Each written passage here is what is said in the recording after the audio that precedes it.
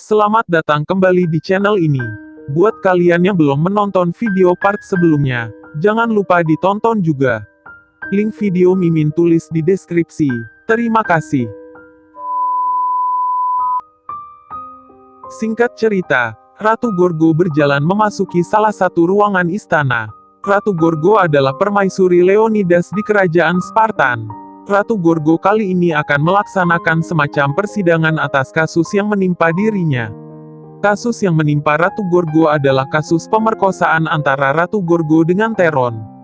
Teron sendiri adalah salah satu panglima perang bangsa Sparta. Teron juga sangat dipercayai oleh Leonidas, entah karena apa hingga pengkhianatan kepada Leonidas bisa terjadi. Teron memang diutus oleh Leonidas waktu itu untuk membujuk para dewan Spartan, agar memberi bantuan peperangan waktu itu. Intinya pada persidangan kali ini, Ratu Gorgo dan Teron saling tuduh-menuduh atas kasus yang ia alami sendiri. Teron mengaku kepada publik, apa yang terjadi adalah umbalan bagi dirinya atas apa yang ia kerjakan selama ini. Ratu Gorgo pun kecewa karena dikhianati oleh Teron, karena apa yang terjadi adalah karena faktor berzina yang utama. Teron pun membolak-balikkan fakta yang ada, dan seolah-olah Ratu Gorgo lah yang bersalah atas kasus ini.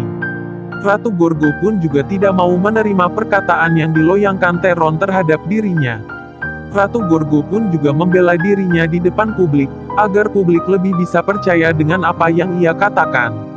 Tetapi tetap saja, Teron lebih pandai bersilat lidah, lebih pandai dalam merubah-ubah suatu fakta yang sudah terjadi. Ratu Gorgo pun murka dengan apa yang Teron katakan, karena apa yang ia katakan adalah palsu. Hingga akhirnya Ratu Gorgo pun membunuh Teron dengan menusuk tubuhnya dengan cara mengambil satu bilah pisau dari salah satu seorang prajurit di samping dia. Sementara itu peperangan pun tetap berlanjut. Pasukan Sparta berhasil dikepung oleh pasukan Persia. Pasukan Persia berhasil mengepung pasukan Sparta karena adanya bantuan dari salah satu pengkhianat prajurit Sparta sendiri, yakni Ephialtes. Ephialtes adalah seorang warga bangsa Sparta yang ingin ikut berperang, tetapi keinginan yang apa ia mau tidak terwujud karena Leonidas tidak mengizinkan Ephialtes ikut berperang. Sehingga Ephialtes merasa direndahkan dan sakit hati. Salah satu panglima dari pasukan Persia pun berbicara singkat kepada Leonidas di hadapan ribuan pasukan Persia. Panglima Persia mencoba merayu kembali Leonidas agar menyerah atas peperangan kali ini dan memberikan satu tawaran Raja Xerxes yang pernah Raja Xerxes tawar. Tanah Thermopylae adalah saksi bisu atas kekejaman bangsa Persia terhadap pasukan Sparta. Pada saat penawaran terjadi, Leonidas teringat pada masa kecil dulu yang diajari oleh ayahnya untuk tidak pernah menyerah dan dibaptis perang pada saat ia masih kecil. Beberapa senjata pasukan Persia siap siaga membunuh sang Raja Spartan.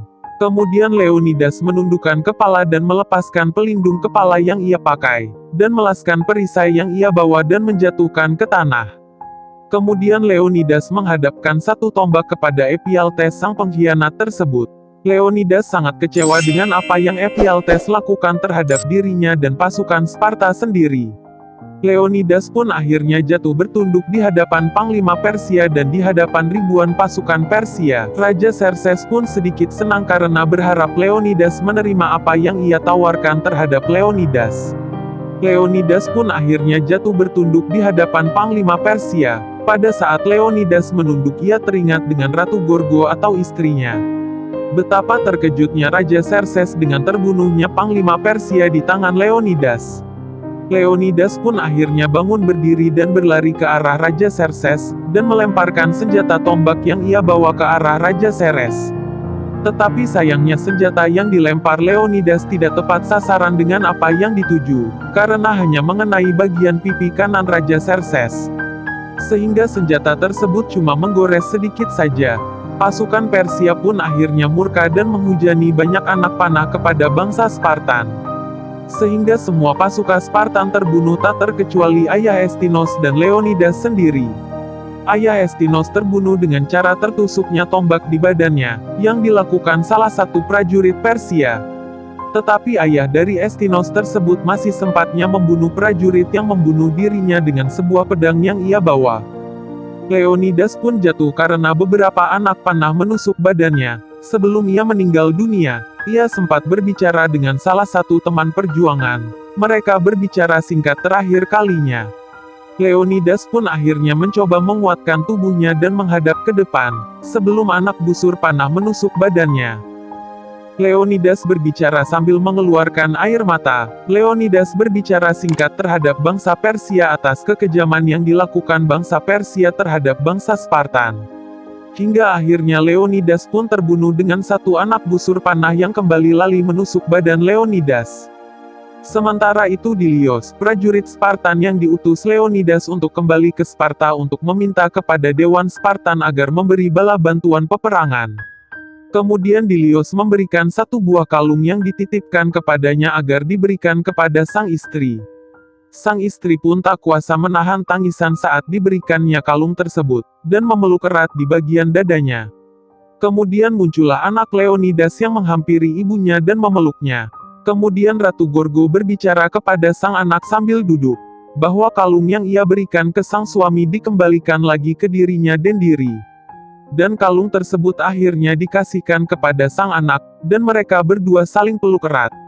Dilios pun akhirnya menuju istana Spartan dan meminta bala bantuan peperangan. Dilios kala waktu itu tidak tahu bahwa semua pasukan Spartan terbunuh di tangan bangsa Persia. Dilios memerintahkan beberapa prajurit Sparta yang tersisa agar membantu peperangan nanti. Sementara itu, Leonidas dan semua temannya mati terbunuh di tangan Persia.